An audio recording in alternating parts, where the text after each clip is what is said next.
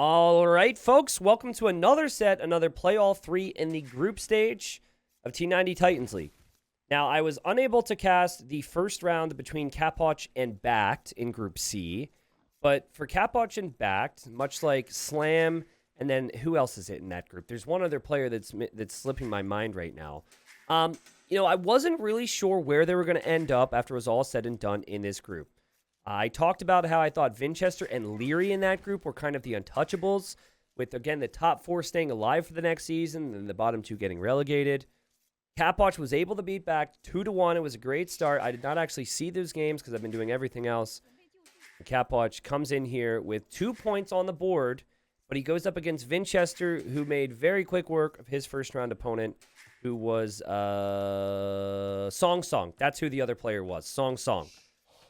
So I did predict that with the maps, Capoch might be able to nick a win from Vinchester here. So I initially had said 3-0 for Vinchester, and I'm actually going to say 2-1 for Capoch because there are some hybrid maps here. Capoch playing as the Chinese. This map, Jungle Swamp, was not a map that I expected to see this frequently when we first put it in the pool, but we've seen it game one a lot. We have Chinese for Capoch, a civilization which probably needs no introduction. Just so good, starting with those extra villagers and having the cheap technologies. But then we have the Mongols on the other side for Vinchester, and this is maybe the best civilization for this map if you make use of all the hunt. There's a lot of hunt on this map. I was not designed to be Mongol only. I have seen games where people without the Mongols would still take the hunt. But yeah, Mongol's the only civilization with a hunt bonus, so it makes sense that Mongols would look strong here. Yeah, Vinchester looked kind of unstoppable in that set against Song, but I think Song is the weakest player in their group. So you have Vinchester and you have Leary as, again, my untouchables. I think they'll probably be like number 1 and 2 in the group. But between Slam, Song, Capoch, and Backed, 2 players have to be relegated, 2 players stay alive for the next season, and one of the 2 players that stay alive actually move on to like the playoff brackets as well after the group stage.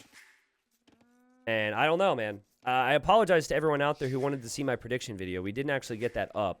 I recorded the audio, and I guess it just got forgotten. But I think I said Song and Capoch were going to be relegated. The Capoch already coming in with 2 points is feeling good in the second round. So this is a map, unless your name is Barles, which Barles showed that you can wall this map. This is a map which generally does not lead towards a ton of walling, and it's more about controlling the map with military. But if I were to describe Capoch as a player to you guys, I would say that he's a player of extremes. He walls a lot, and he commits, right? Like, do you ever see a player try and wall with one villager, and then there's a couple tiles, and then he loses the vill? That doesn't happen with Capoch. We'll see that commitment later on the hybrid maps as well. He loves to go crazy walls in the hybrid maps and then go crazy water aggression on the ponds. I think he is a player who does a great job at maximizing his talents. If you don't know, Capoch is like, mid-30s, played a lot of other RTS games. But, man, he wouldn't know it with how he's able to perform in tournaments. Also, he can be somewhat clutch as well, right? Some players play better on the ladder, where there's not as much pressure. Capoch, I think, performs pretty well in all situations. He went 4 on wood, which made me think maybe he was going to open with a barracks. Hasn't done so yet. Still hasn't actually clicked a feudal, which is interesting. But I guess it does look like there's a big gap because we do have Mongols on the other side, and the Mongols are able to go up quite quickly. Vinchester with this smart thing here. So he's got 17 vills and 1 scout, so 18 pop. But he also is skipped loom. Usually players get loom before feudal, but when you're up this fast, it's a common thing with Mongols to say, well, what are they going to attack me with at this time? I don't actually need loom until after I'm in feudal age, which just allows them to get up 30 seconds faster. Chocolate chip cookie, hello. Also, Vinchester hasn't even moved out yet. He realizes how important it is to get all this precious hunt. He probably figures this is going to be an all-in feudal age type game anyways, so they might as well just take less risk and stay at home with his starting scout. And there he goes, just killing more and more hunt. This villager doesn't want to get involved for some reason. Meanwhile, we have Capoch, double lumber camp, and this is actually the second game in a row where I'm seeing players just stay at home. Like, this is so funny, man. He's going into scouts, but this scout is just still pushing deer. Oh my god. So, Hera is a player who, I don't think he's in this group right now. I think he's in Group B, and these guys are Group C. But I use Hera as an example of a player who doesn't like to take a lot of risk. Like, on this type of map, Hera's the type to transition into farms instead of sending the villagers out here. And I think it's a really important thing to bring up because Vinchester doesn't want to give Capoch any opportunities. And Capoch as well is just like, well, okay, you're probably going to have more scouts than me. I'm going to wall. It is funny, though. I did talk about how he commits, and now he isn't even fully walled yet. But, man, it feels like Vinchester's just had so much time. Yeah, called it, man. I had talked about, oh, yeah, you know how he just always commits the walls down? Yeah, he's always committing. And now Capoch is under pressure just like this. You kind of have to question the uptime a little bit from Capoch. I was expecting it to be faster. But, you know, regardless of what you think of that, not walling is a pretty wild thing for me. Vinchester with 500 food in the bank, despite having 5 on food, which is a wild stat. In the end, though, Capoch doesn't take any damage. Obviously did have to work a lot harder than he maybe thought he needed to. And he is going to go with the second spearman here. And again, should be fine getting his eco technologies now. If he has 2 spearmen, he can war off these scouts. The thing for him is going to be getting access to that gold, because that gold is very exposed. But look at Vinch, taking some risk as well. I think it's lovely to do. Taking the hunt out here. Still trying to make Capoch work. Realizing the scouts are faster here. Capoch with some quick walls. Oh god, these villagers are actually stuck right now, guys. This is really bad for Capoch. He would have to retask them. And now this villagers come out to wall, and that's going to be our first kill of the game. The first kill of the game there from Vinchester. There is a reason a lot of people have been banning the Mongols on this map. And what? What? He's up already? With 0 farms? Dang, man. Oh, God. You know what I'd love to see is I'd love to see a Step Lancer play from Vinchester here. Jeez, dude. So he made 4 scouts, and then he's going to be in Castle Age right after 15 minutes. Now, the risk here is if you start to take damage and your faster Castle Age doesn't benefit you, your eco looks pretty bad because you haven't transitioned into farms. But wow, this is wild, man. It's wild. Insane prediction, but as a Brazilian, I would love to see Capoch and Miguel going through to the group stage. But Vinchester's get just insane. Well, let me clarify that, Eduardo. Miguel's not in the same group. Miguel's Group A, right? So you might be... Is there another Brazilian you're thinking of? No, I don't think there's actually any Brazilian in this group. So... we'll end up seeing. I mean, obviously, I know that like Argentinians, Brazilians have that little rivalry and whatnot, but you know they are not going to run into each other in this group. They do both have the potential, obviously, to move on and face each other later on after the group stage. Okay, so Vinchester has to pull off the berries, and again, look at the resources he has. It's not that good, right? His farms won't last that long. He's now pulled off of berries. Capoch is going to see that castle time and say, what? Sad times for us, though. We are going to see knights, which is probably the better play here for Vinchester instead of step lancers. But Capoch must recognize that the eco can't be that good for Vinch. Vinch doesn't have that much army. And Vinchester with a misplay gets hit by a couple of the spearmen there. Also choosing not to wall in his gold. Look at this from Vinch. He's running forward and dropping a siege workshop there. Capoch looking for kills now. Capoch evens up the eco KD. 1-1. Also, the spearmen should do a decent job against the knights. But Vinch is also helping with his villagers, so it's tricky. This spotted it all by Capoch, because he could deny it if he knew about it. And no! Are you kidding, man? That's crazy to me. These scouts are getting pushed away from scouts, and then here you've got the spearmen on the knights. No upgrades on the spearmen, though, and in the end, Vinch gets the clear up. Capoch hasn't clicked yet. I'm curious to see if Vinchester will go for a ram or whatever, but he doesn't actually have the resources for a ram or a mangonel. He's going for a scorpion. Again, the eco is not that good for Vinch, but obviously he's got so much army that he could just kill Capoch. So the important thing, I think, for Capoch is just surviving. I guess anything ranged at this point to take Capoch off of gold would be useful.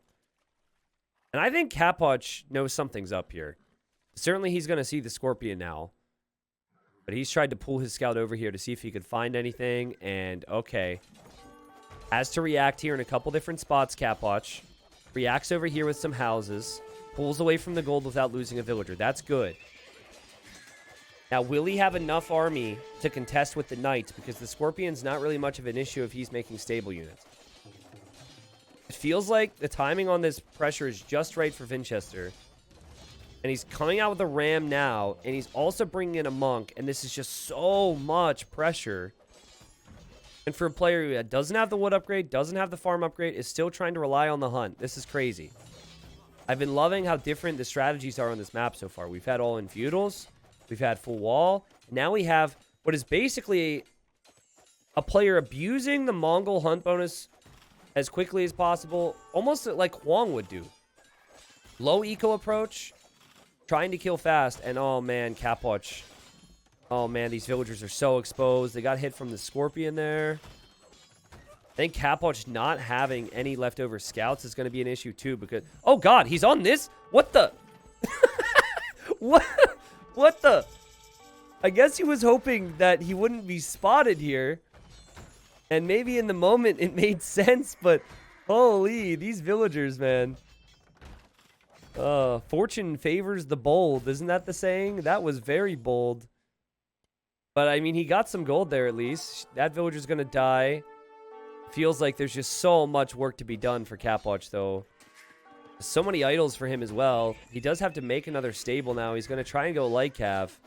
But I think Vinchester is going to open up this set. And just in dominant fashion and say, nope. Don't even have any belief in your ability to get another win, Capoch. Just give up mentally right now. You can't stop me. I'm in excellent shape. The best shape of my life. Get out of my game. That is not what he will actually say, obviously. But that is essentially what this type of a game couldn't do to Capoch's mindset. Monks are just ready to get conversions all the time. The conversion comes in. He's adding a TC now. 40 villagers versus 30. Half of Capoch's economy is just spent idle inside that TC. Yeah, this is so good from Vinchester. Man, is he fun to watch. He's incredible to watch. And I was the OG Vinch fanboy, like back in 2015, and then it took him so long. It took him, honestly, 5 or 6 years to really be truly seen as a solid top 5, top 10 contender. Everyone always said he had the potential, but it was last year was when he started to not have those weird mistakes. Like, he would always pick Goths and all these civs no one thought was good. Do all these weird strats when he didn't need to. Now, I mean, now he does creative stuff, but it's like competitively creative stuff. What a great player he is. He also has scouting, either looking for more hunt or probably just villagers escaping. He's probably wondering where Capoch is getting gold. Capoch has no gold. But it's the first game of the series, and Capoch is going to play on here, and he's going to give it a shot. Vinch should have played African Clearing because that's a stampede. Ah, I see what you mean. Well, I mean, would be a lovely map for Vinchester's style. I think it was banned by Capoch on the Civ draft. Remember, the first game that's always played is not always... It's not a map that's picked. It's the map that's left over after the other picks and all the bans. So I guess people don't really have strong opinions on this on either side. People don't necessarily want to pick it, and people don't necessarily want to avoid playing it, which is why we've seen it a couple times in the first one. Yeah, now he switches into some of those eco upgrades. Well, what happened for a lot of players if they tried and play like Vinch's open tier is they wouldn't be able to do quite enough damage with it, and then the lack of eco upgrades would be a problem. But Vinchester did more than enough damage with it, and now he's been able to focus on that eco. Yeah, again, Vinch is looking like, where is this guy getting gold? Like, what's happening right now? Like, why is he still playing? And now we have a TC here for Capoch, because he just desperately wants to get this gold. And he's thinking that maybe he can do it because Capoch doesn't, Vinchester doesn't want to run underneath the town center fire. But now, as if he expected it, Vinchester shows up with the Mangonel, and this TC will be completely denied. And this is probably the time where Capoch will consider... I mean, he's been considering it for a bit, but this would be the time to maybe tap out for the Argentinian. Guys, this is 2 straight sets in T90 Titans League where Vinchester has just pulled out the sickest, most cutthroat build you can think of. The Arabia game, where it was Mayans versus Britons, against Song Song, he did this. He had a very similar build order where I was just losing my mind. Well, okay, not similar. It was similar in that it made me lose my mind, but it was actually a different type of play. Like Capoch, desperate. He's a fighter, man. He wants a counterattack. That won't do anything. Has the resources for a town center. Doesn't know where to place it. 59 eco versus 36. Monks are waiting. The camels are waiting. The knights are waiting. 3rd town center now for Vinch. Yeah, Vinch has got this one. Capoch is such a fighter, though. Like, he realizes that he wants to play on until he knows for certain he's dead. There's always a small chance. Look at Vinch even pulling back all the weak knights. He lost maybe 1 knight there, and he's just healing the rest of them up. How can you not be a fan of this guy? This guy's incredible to watch. Attacking the town center. How he's able to do everything at the same time is beyond me. Finally on stone now, which with Mongols is always exciting because you can think about Mangadai. It's 34 to 12 KD. Capoch. He's got his 2nd TC. So he's got that, and maybe even with that he can get some gold. Still bringing the Lycav over to the base here. I like this. He knows the TC's almost going to go down, and yeah, he goes in underneath it. And GG, man. Wow. He made 5 scouts, he killed a villager, and he was in Castle Age at 15-12. Not meant to offend anyone who's out there listening or watching, but there's most of the people who are listening or watching this can't even do a normal fast castle in 15 minutes. So the fact that, obviously, the map and Mongols helped, but still, shows up here, game 1 in a tourney, and says, yeah, let's do that. Let's do that. 15:09 castle time. And the way he was able to execute with his faster up times was just insane there. That was so impressive from Vinchester. Also shows in some ways why people do not want the opponent to ever get Mongols on this type of map. Because the things you can do with it. I'm not saying it is always the best civ, but the things you're able to do with that hunt, if you're good enough, is just crazy. But Capoch, he prioritized some of the other maps. I don't think he came in here ever thinking that it was going to be possible for him to get a 3-0 against Vinchester. So he probably just said, go ahead and have your Mongols, and then I'm going to focus on the other games. Both of the next 2 games have water, where I have seen Capoch shine in the past. We'll see what happens in game number 2. Alrighty, so game 2 here, we're going to put Vinchester in the red. I'm also going to remove his clan because I'm a mean guy. No, it's just in the way. And we have Cross. Now, when I was talking about the extremes that Capoch can go to in the past, I was talking about this map in particular. And I'm surprised he didn't pick Byzantines. He might be saving Byzantines for another map. But I remember last year, maybe the year before, he was playing in a tournament that had Cross. And he would either go crazy army production and just forget about water, or he would fully wall himself and sneak villagers. And that's going to be my guess. He picks the Huns here, a civilization that actually starts with less wood. They only have 100 wood in the bank. But that's to balance them out because they don't have to make houses.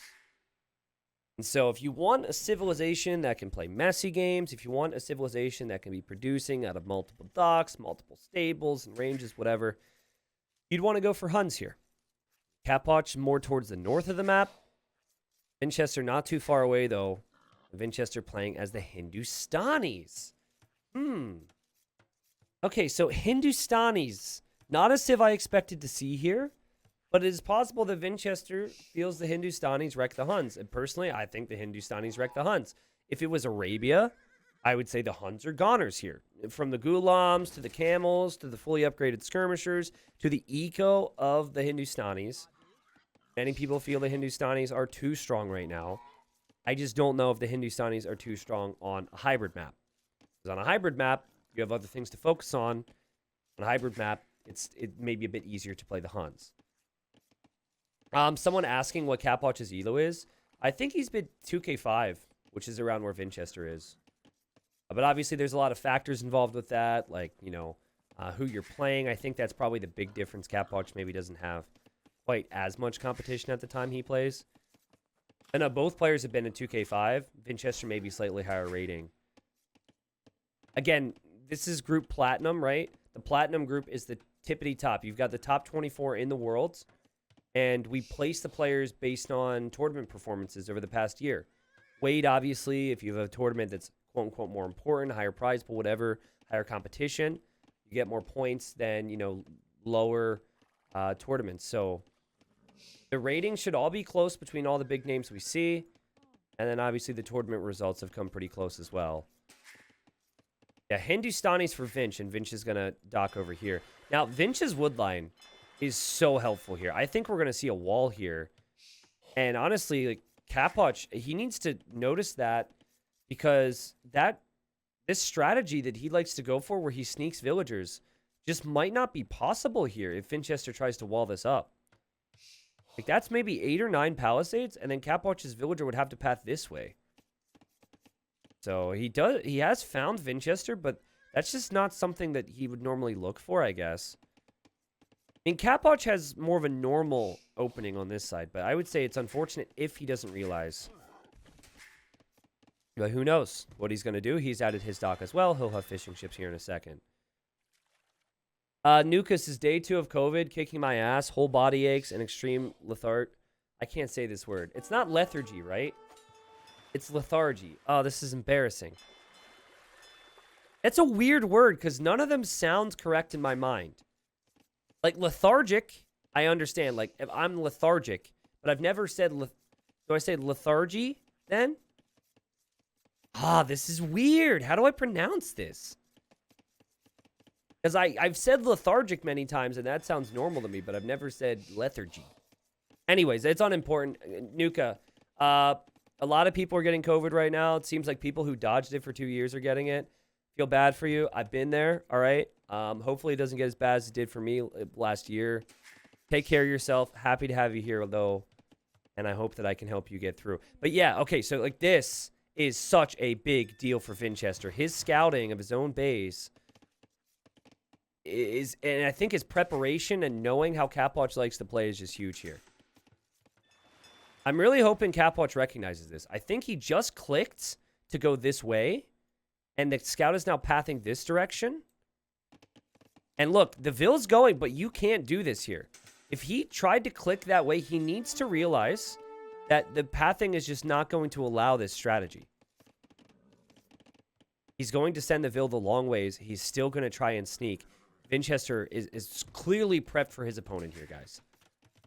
I do think Vinch's map allows him to do this, but great scouting from him. And again, that's what Capoch loves to do. He loves to sneak the villager onto the pond. That's his whole strat.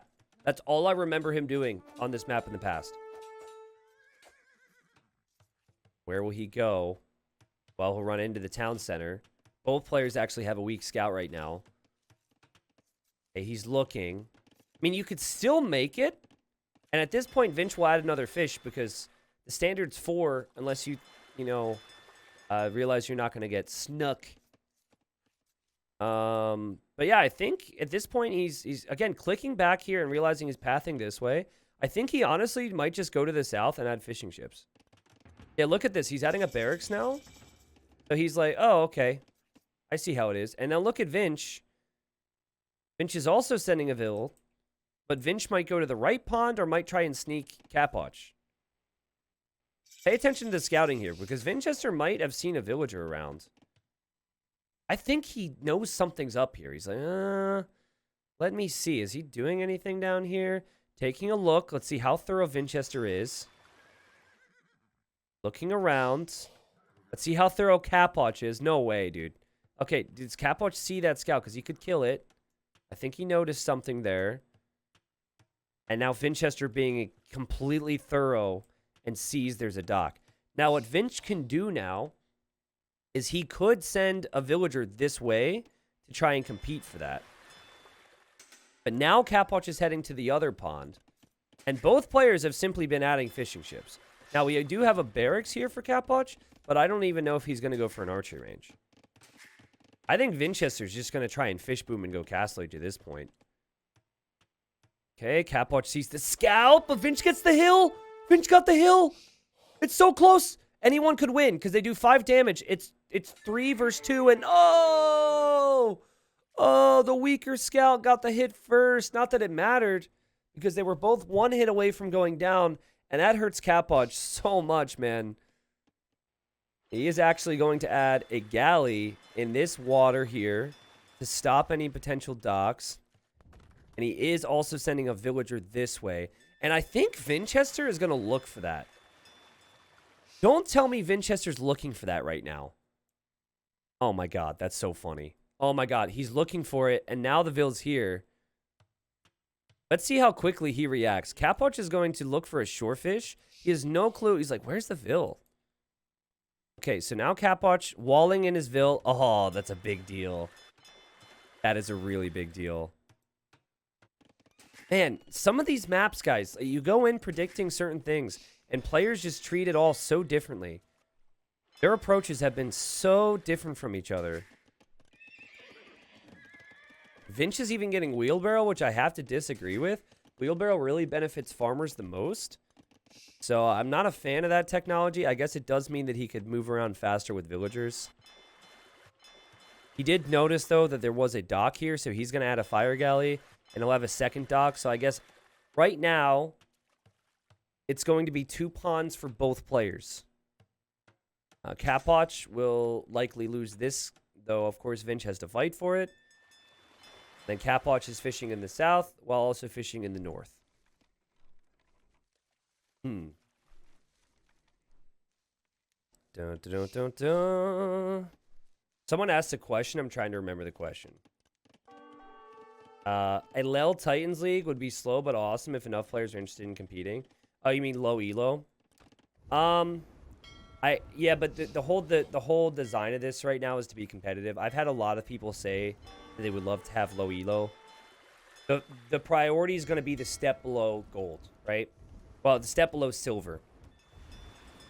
There are a lot of low elo tourneys out there if you keep an eye out around the community if you guys want to participate.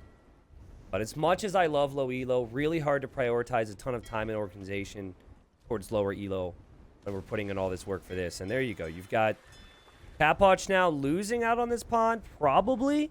He's still going to make some ships there. Much easier for Vinchester to wall up. Vinchester opening with 2 stables. Capoch mixing in some archers and is going to wall now. Capoch obviously doesn't have to make houses. That can lead to not having as many fortifications. Like Vinchester's got houses everywhere. But overall, that's seen as a positive. Also, people can drop elo intentionally, and I guess it's too much hassle. Yeah, way too much hassle. To tie it into this, right? To tie it into this, it's too much hassle. Like, the more you pay attention to the community and, like, look at AoE Zone and Reddit, there's actually a lot of low elo stuff out there if you're ever interested. So, not trying to deny people opportunities, obviously. But, man, Vinchester's scout here, guys. This is that starting scout, that weak scout. And look at what this scout has seen. He sees 3 ranges. So, it's going to be camels for Vinch. And probably that he's adding, he's probably going to be adding TCs as well, because his villagers are really cheap.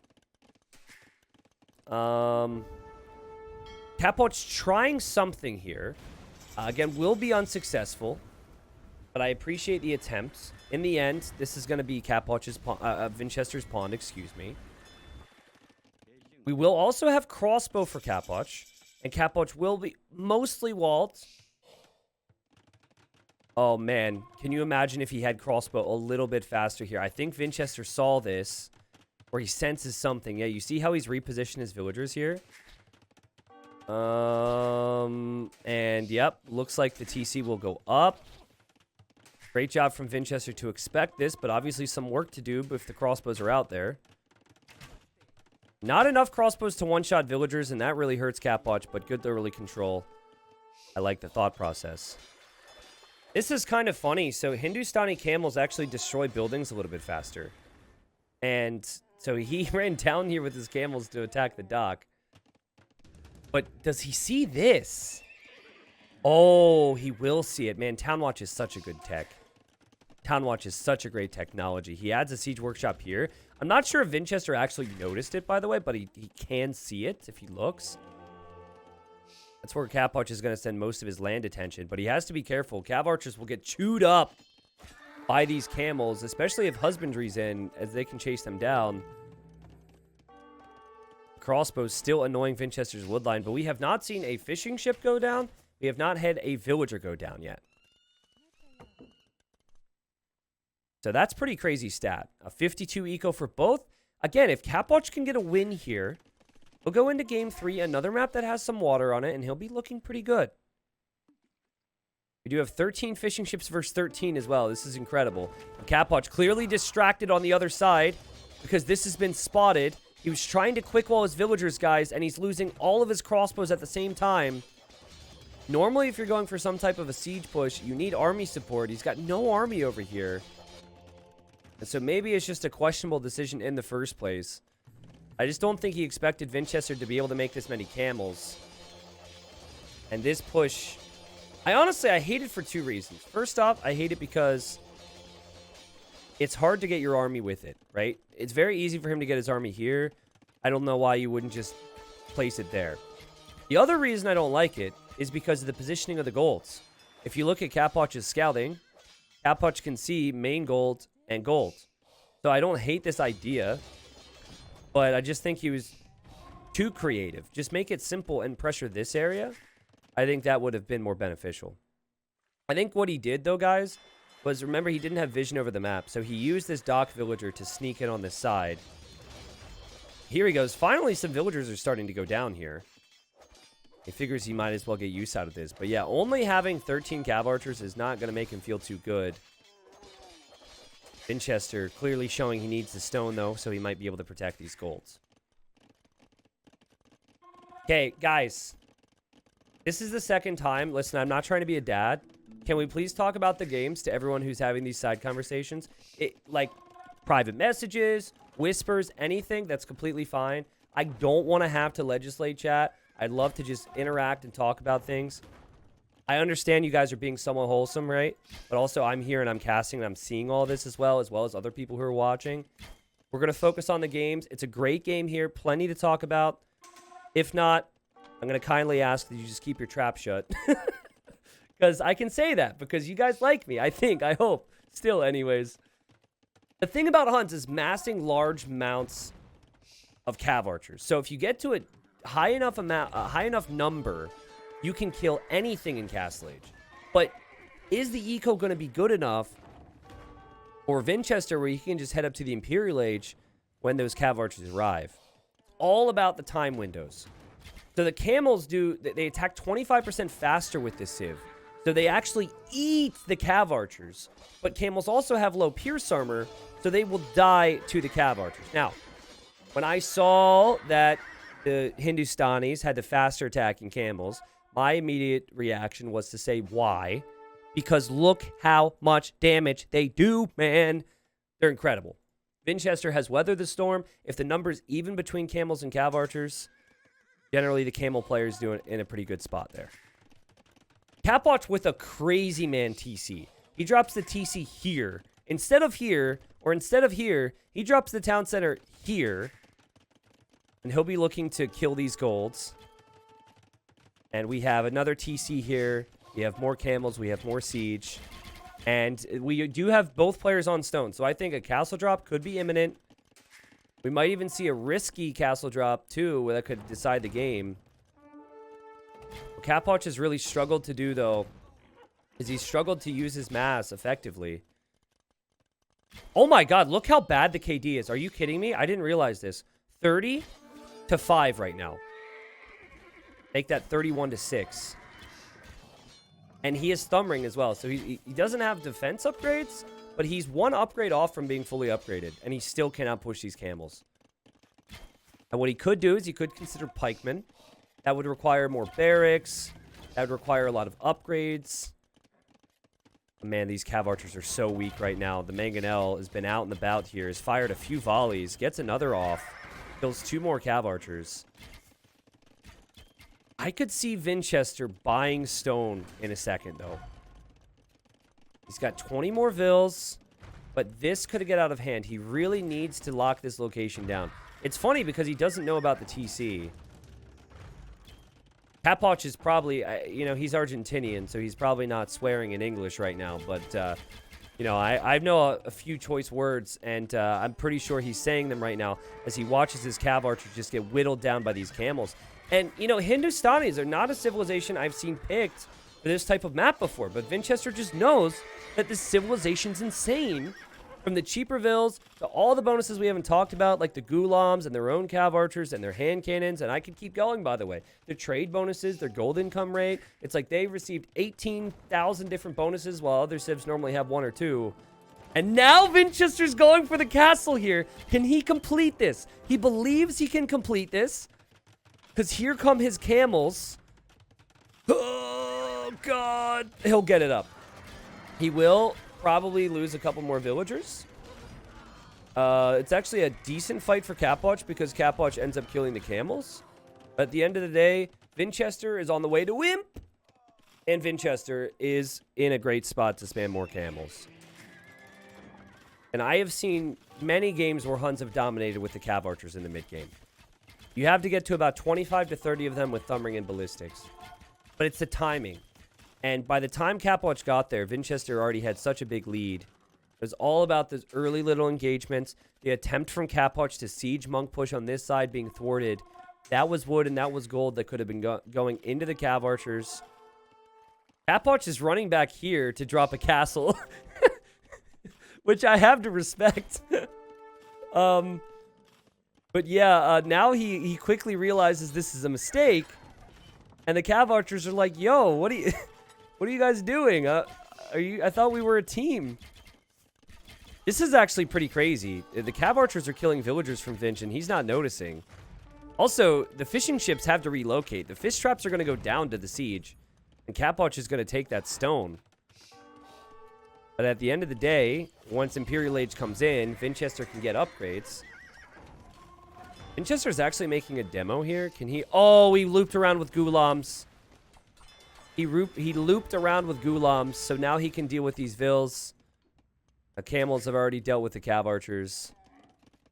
It's funny, he can actually make a lot in Imp because of all the idle time, but it is still going to be trebuchets that will come out for him.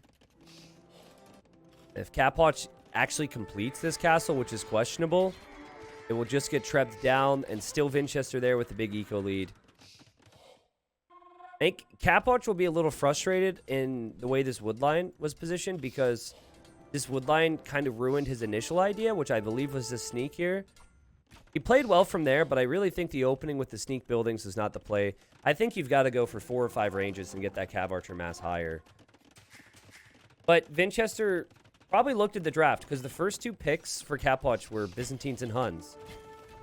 And he said, oh, well, okay, if he goes Huns, Hindustanis wreck Huns. It doesn't matter if Hindustanis aren't seen as necessarily a hybrid civ because they don't have like wood savings or fishing bonuses. He just looked at it on paper and said, yeah, I mean, what can he do if I make camels? And anything that you could do against camels, which I think is tough when the camels attack this fast, it just gets countered by some of the other things that Hindustanis are able to do. Vinchester looking lights out yet again here. He is getting heavy camel now. Of course, it doesn't stop there. He also gets Imperial camel. And there's no real need for Vinchester to make a whole lot else here. Capoch did fight on a lot in game number 1. That game was over pretty early. He was able to make things more competitive here, but playing this game of hopping in and out of the castle can only last so long for him. Still only 17 on food, and He's not really had the time to be able to transition into many farms here. And just so tough to counter the Civ, but also so tough to counter Vinchester. Guys, Vinchester has looked unbeatable so far in this tournament. Like, the guy is just stomping everyone he plays. And I expect more of the same here from Vinchester after that. Next game is going to be on Golden Swamp. These are important games, though, for Capoch, because Capoch won 2-1 in the first round against Backed. And if he gets a win next against Vinch, who's playing lights out, a player in Vinchester who is maybe favored to 3-0 the majority of the group, that is a very big win. Also, something I haven't been mentioning is if you want extra cash in your pocket, you do get $40 per victory. So, as well as placement prizes and whatever else down the line. So, a lot of things to fight for here. But yeah, I really feel like, let's go back to this stage of the game. Like 20 minutes. Okay, so this position makes no sense to me. Now, you could argue that maybe Capoch sees, or Vinchester sees it if it's in this position. But right now, he's got 3 ranged Cav Archers. He knows that Vinchester's gold is here and that Vinchester's gold is here. And if you want to even add more to that, okay, he doesn't know about the stone. All right, so we'll forget that. Like, unless he wanted to push the stone to keep Capoch off of a castle or something. Or why do I keep saying Capoch? Vinchester. I just don't like this position. Now, I think maybe his thought was, I can have military that controls this gold. I can have the siege monk push that controls this area. But that's not normally how it works, because there's going to be a lot of camels out. So you need more than just 2 monks, 2 mangonels, or whatever it's going to be. So I really think if this push was happening here, this goes a lot better for Capoch, as most likely the buildings would be kept alive. And I think the Cav Archers would be able to complement the monks in the siege. So splitting it up was probably the mistake. That is a lot of wood and a lot of gold and a lot of time invested. I mean, there was a point where the Cav Archers started to look stronger, but it was already too late. But yeah, final statistics on this game: 102 kills for Vinch, 67 units lost. And then it obviously has brought in a lot more in the way of resources here. But again, Hindustanis, something Vinchester recognized, just completely wreck the Huns if they don't fall behind to that Cav Archer push. All right, so game 3. And so far, it hasn't looked good for the Argentinian. But Vinchester goes for the Gurjaras. So, just like the Hindustanis in game number 2, I've been talking a lot about how I feel the Hindustanis and the Gurjaras have received way too many bonuses. To quote Nikov, I don't know how these civilizations passed the playtest. That's what Nikov said, not me, okay? And it's true. Gurjaras and Hindustanis are looking very strong. The other 2 civilizations that came in with the Indian expansion, they're left looking there like, hey, what about me? Why'd you forget about me? Where are our bonuses? Now, this is a map which could be considered a hybrid map. You have lots of fish, and I know that Capoch's approach is going to be to control the fish. He's picked Byzantines here before. He likes to go for the water, lots of docks, lots of fire galleys, etc. Capoch is not going to be up against a similar approach. If there was ever a weakness for the Gurjaras, it would be that with the proper Gurjara build order, you're placing the mill before the lumber camp so you can place your water buffaloes inside, or sheep, I guess, depending. And that hurts you on a hybrid map because you don't have as much wood income to be able to get the docks up. Whereas over here, you have Capoch, and Capoch is already on wood, right? He's already on wood. This is going to lead to him having a dock a lot earlier. But yeah, clearly Vinchester says, screw that. Anything you make on water, I can compete with on land. Or Vinchester will just avoid this area altogether and will maybe try and go forward and make it messy on land for Capoch as he has the fish. Too bad this isn't a ton of extra buffalo in the middle version. Yeah, this is the more balanced version. But this is actually, Gurjaras are actually stronger. Ooh, wait a second. Yeah, this is way stronger than it would be on an Arabia game. Because in Arabia, you have 8 sheep, which is 800 food. And then here, we are going to have 9 water buffalo, which is 9, quick math. 9 times 150 is, I think, 1,350 food. And so you actually bring in food faster if you have water buffalo versus sheep. So the bonus does account for that. So right now, working with 9 water buffalo is definitely way stronger. And yeah, there are additional water buffalo when compared to other maps. I think the initial version of this map, maybe the latter version of Golden Swamp, even had more buffalo. So, Vinchester, as everyone else has been talking about how strong the Gurjaras are with this bonus, Vinchester has correctly, I think, picked the civilization for the map. You can take advantage of this bonus the most. I don't think there's another map in the pool that would be able to be as strong with the Gurjara bonus right now. The downside, though, is that you're then not taking advantage of the fish right now. So that's an area where Capoch can catch up. And Capoch will obviously eat the water buffalo as well, so that's something that Vinchester's not doing. I can understand why a lot of people didn't feel like this bonus would be strong, because that is 1,350 food that you're not eating by placing it in the mill, but it is always there. It's like having an extra, I think, 2 villagers on food right now, and that bonus will remain consistent throughout Feudal Age. Let's see what Capoch does. If I'm Capoch, I'm really happy I'm Byzantines. Because when you hit Feudal Age, you have Town Watch for free, and then your houses are going to give you a lot of vision. I would be super, super paranoid if I were him. That Vinchester would just forget about water. Yeah, Vinchester's clicked up now. So 2 fishing ships on his way to the 3rd and then the 4th. And we will see Capoch click up as well. Vinchester going for the 2nd lumber camp and 3 to gold. Is he going to dock? I wouldn't actually like it if he docked next. I would prefer he go for land, but then again, do you want to allow the fish to exist? Going up pretty fast here. Doesn't have a barracks yet. I think he will try and dock, yeah. Still Capoch hasn't clicked up. So again, the long-term approach for Capoch. The safe approach now with walls. I think Capoch saw that villager, and I think the villager told the camel, hey, that scout's over there, chase it down. So Vinchester is essentially saying, my food eco is going to be incredible, and I'm going to try and kill yours.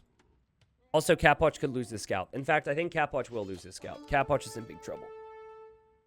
Well, maybe not. Maybe I got a little too crazy here, but in 5 seconds, the camel gets more, I think more attack, right? Yeah, this gets more attack and then also gets the faster speed. Which means Capoch needs to run home to his TC. And it's going to be really close here, but I think he ends up losing this. Yep, so he will have no vision. So great for Vinchester. And Capoch now has to worry. It brings a 2nd villager over here because that dock could have been denied by the camel. And we have Vinchester going double dock galleys. Dang. So he doesn't need a lot of villagers on food, right? And he's just going to go galley opening. And again, I think he correctly called how Capoch would play this map. Just like he did in the previous one. This is insane. Look at his food count. His food count's wild. 300 food with 3 on food right now. Capoch has to slowly micro his fishing ships as they're all 1 hit away. But I think all the fishing ships go down here because galleys destroy fishing ships pretty fast. I know fires are on the way, but 3 out of the 4 here are 1 hit from a galley away from going down. Yep, and it's really tough to keep them all on the little pocket of water that's not amphibious terrain. This fishing ship might be saved. That goes down. Vinch is going to take that one. And so Vinch has essentially put this into a situation where his eco bonus is working and the fishing ship is kind of a useless thing right now. Now, Byzantine fires do work faster, and you are going to need a lot of galleys here to be able to micro down those faster working fires. But once you have 6 galleys, that's where you start to be feeling pretty good. Again, the guy doesn't really need food. He's got his wood upgrade, he's getting his farm upgrade, and he's getting fletching. This is insane. He can do so much here. Again, this bonus and other aspects of the Gurjaras are going to be addressed at some point. This is wild. Something we haven't talked about. Vinch can put his fishing ships in the dock if he makes them. True, yeah. Yeah, you can garrison fishing ships in your docks with Gurjaras. We don't see Gurjaras make fish a lot because of how their start goes. Capoch is probably like, man, this guy knows exactly what I'm going to do, and everything he does, I cannot stop. Particularly game 1, and now this game. Just, Vinch looks unstoppable right now. It's 5-0 KD for Vinch, who's up 2 games to 0 right now. Capoch just has to hope he can mass fires. Vinchester, I don't think has any interest in really adding fish right now. I think he's just going to transition into farming eco. He'll just continue to mass the galleys and micro. And yeah, Capoch is just a couple volleys away from completely losing water. Let's see if Vinch even loses a unit here. So far, it doesn't look like he will. Spoke too soon. Also, that's an intentional reposition at times. Players will regroup their units if their weak ones are on front from time to time. 9 kills, 10 kills. He just read Capoch like a book. He knew exactly what Capoch would do and how Capoch plays these water maps. By the way, Vinchester picked this as a home map, too. It's not like this is Capoch's home map. I asked the devs if there was going to be a patch to Gurjaras before the first season. And as I sit here and watch, granted, Vinchester's played amazing. We have seen instances why those questions were asked. Oh, my word. Now, Capoch is going to try and go all in Castle Age, which could lead to a pretty wild game. Vinchester will likely dominate water now, but he's looking for ships to pop out of here, and Capoch has long since stopped producing. We are going to see a barracks for Vinch, some walls for Vinch, and Capoch, he knows he has to go all in. He will be on the way to Castle Age in a moment, and there he goes. Hey, if he goes, you know what I would love to see? I want him to go full clown from here, because he's not going to have food income. I guess, oh god, the gold. Well, actually, I think he can take the gold until Vinch is in Castle Age. But anyways, if he can go for some Spearman Monk Siege play here, I actually think it could work out pretty decently. Double barracks. What? Come on, man. Can you afford to produce out of 2 barracks right now? I know you're Byzantines. Docks will slowly go down. Now we've seen Vinch add fish. Now that he knows he's won water. Would love to see Capoch try and get his fires over there. That's a common thing if you know you've lost water, but I think he's focused here. Vinchester, no town watch, so he can't see this. Honestly, if you're Capoch, you don't want to show this until you have the siege. You want Vinchester to think that you are at home and that you are going to add farms or whatever else. You do not, I repeat, you do not want to show yourself here. Because then Vinchester can stonewall and Vinchester can do a lot of different things. Now, he still doesn't know about this, but he is shoring up his defenses because he doesn't know exactly what's going to come. Surprised that Vinchester hadn't clicked up faster here. I guess he stopped producing the galleys. That's why he's floating so much gold. He didn't really want to go for a market. So is this a good strat or not, guys? An opportunity for Capoch to try and do something there. I've actually never seen the, as we see pikemen now, and monks. Wow, come on, Capoch. Let's make this crazy.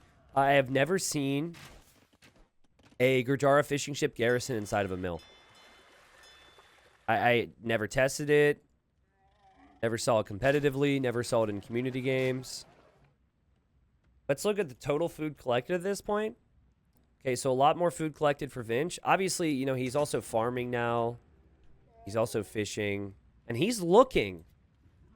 He knows something must be up. And now he sees the monastery. Now he sees pikemen. And I love how long Capoch waited to show this.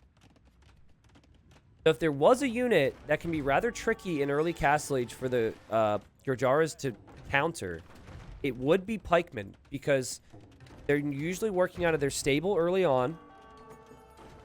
And their stable can make Shravamsha riders and camels. And Shravamshas are meant to be good against archers. Camels are good against knights. The Chakram Thrower, the unique unit, which you make out of a castle, that is great against pikes. But we're not there yet. But Vinchester's gonna buy the castle. Oh my god. Guys, he can't start building this for a while. He's running with the buffaloes! Abandoned buffalo! Oh my god, that's so smart. I would never do that. Gurjara, Gurjara, Gurjara. Gurjara's OP, I say. But here comes the siege, and Capoch, this is all he has, man. He has to make this work. He has to deny this castle. I mean, maybe he can switch out of it if he kills a lot of villagers. This castle is at 60%. The buffaloes are not here anymore. And the monk could convert some vills, delay some villagers. Oh, my word. This is crazy. This is crazy. The economy is not so good for the Gurjaras anymore. 75% of the way to getting this castle up. There's so many weak vills. Should have picked poles. Oh, he's microing so well, though. He's microing so well. It's at 95%. Get into the castle now. Boom. Woo. Guys. Capoch can't take gold. Vinchester will complete this. Vinchester will be able to make chakrams. The pikemen should be a non-issue now. And while Vinchester's had some problems, obviously, he got his buffaloes back in his mill. He only lost 14 eco, but he does have the 6 fishing ships working. We'll see what Capoch can do from here. Now, Capoch was so focused on that. He'd never transitioned into farms properly. He wanted to win the game there. So, while he is adding the TCs, he's going to need to buy food. The idle TC time is going to be so freaking high for him. But it's the final game in the set. He did kill a lot of villagers there. He must know that Vinch is scrambling. So, for now, he is going to try. It's going to be tough for him, I think, to do much if he doesn't have control of the middle. And here he is with a sneaky dock or two. But, guys, look at Vinch. It's like Vinch is playing on all visible, man. He knows that exactly what's happening. He knows the push will stop. And he just patrolled here. He hasn't fully reacted to it yet. But he was checking the shoreline just to make sure that those villagers didn't make docks. Now he sees the docks. Now, if Vinchester gets chakrams over to Capoch's base, Capoch is going to need something for that, right? And Capoch just can't produce out of his TCs. He has them. He just doesn't have food eco. Vinchester's strategy in the previous game was designed around countering what he knew would come. He picked the Hindustanis. He also walled up real early so he couldn't lose his pond, which is something Capoch is known for. Vinchester's strategy in this game was, again, to punish what he expected to be some type of all-in water play and something we haven't seen before in Titans League. He picks Gurjaras on Golden Swamp, and it has just looked so clean and so crisp this whole way through. Now, that was messy, obviously. But can you imagine if he didn't buy the castle? My goodness.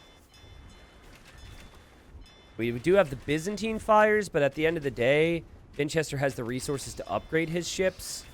So I think Capoch's investment here is going to be seen as a waste. And he's going to add another dock. It is distracting. And he is at 46 villagers. So we are assuming that Vinchester will actually be aggressive with something on land as well. But we haven't seen it yet. I think the key word is yet, though. Because the chakrams are on the way with their little discs. And they're ready to disco, man. They're ready to party. Just 2 TCs for Vinchester. A little surprising with all this food income. He might end up buying some stone here in a second. Maybe that's his approach. Though, maybe he wants to stay on 2 TCs. Yep, there's the stone. There's the wood, so he will drop a TC. Might drop it in the middle. No, actually is going to drop it on the stone. And as expected, he will clear this up. So the total KD is 32 to 15. So Vinchester, 14 of his 15 units lost in this game were villagers. But he has not lost a whole lot else. Capoch's Vill count is really nice here. And I'm trying to think about what you make if you're Capoch. I think you probably need some defensive siege and maybe even some defensive monks right there. But in the long run, as Vinch is just going to take out these farms to be annoying, do you go maybe Halbs? Halb Siege? And then I think Fire Galley. I do think you ultimately need to try and get back on water a little bit. I've been in Capoch's position. It's not fun. You know, you just sit here. You feel like you're dead. But you probably realize your Vil count's got to be close. Maybe closer than he thinks. I appreciate the fact that Capoch is continuing to fight, though. Because based on the score right now, a lot of players would have resigned already. I mean, based on the Vil count, he's not that far behind. But still has so much work to do. Won't be able to take the middle gold. Does have this gold near the shoreline, too. Some of that could have been an issue for Vinch, like this stone and this gold, but obviously he has the water. Random pikeman here for Vinchester. It's kind of funny. And yeah, another dock's going to get spotted, and now Vinchester clicks up to Imp. Also, out of his castle, he could research a technology that makes all of his units cheaper, which is pretty crazy because the Grijara units are seen as some of the best units available in the game in terms of countering in 1v1s. And Capoch does have the cheaper Imperial Age. He doesn't have to pay full price. He's going to drop a castle here now just to try and get some of his gold back. But that's a good job from him, dropping the castle. I think the plan for him will be drop the castle and then try and dock so he can make Navy. I just hope that he doesn't pick this TC to go imp in. Because I'm not sure this is going to stay up much longer. Vinchester doesn't even have Bracer yet. What I would love to see from Vinch upon seeing this castle is I would love to just see his own castle here. And then just make trebuchets with your navy to take out this castle before he's up. 81 villagers versus 68. But you could compare this to some of those fast imp Arbalest pushes we see on land maps. I feel like this is going to be just as effective. Not many chakrams still for Vinch. And let's see. Now we have the docks for Capoch. Still no castle for Vinch towards the middle. That does have a couple chakrams here attacking. Capoch going Imperial Age in this town center. He will lose this TC. He's adding another castle now. Which, yeah, he needs to build on the other side. Vinchester still hasn't built the next castle. Now, fast fire ship, I think, is wood and food. So Capoch should be able to get that, but these fast fires would have to be so good. There's so many ships out for Vinch. 101 pop versus 86 right now. And man, like, when I saw the first series for Vinchester, it was so dominant. But I was, in the back of my mind, I was thinking, well, Capoch, Backed, Slam, these players are more accomplished players. Vinchester is just eating Capoch alive here, man. Crazy, man. He's in such good shape.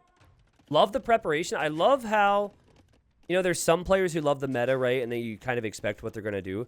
Vinchester, still, you have to expect the unexpected, which is awesome.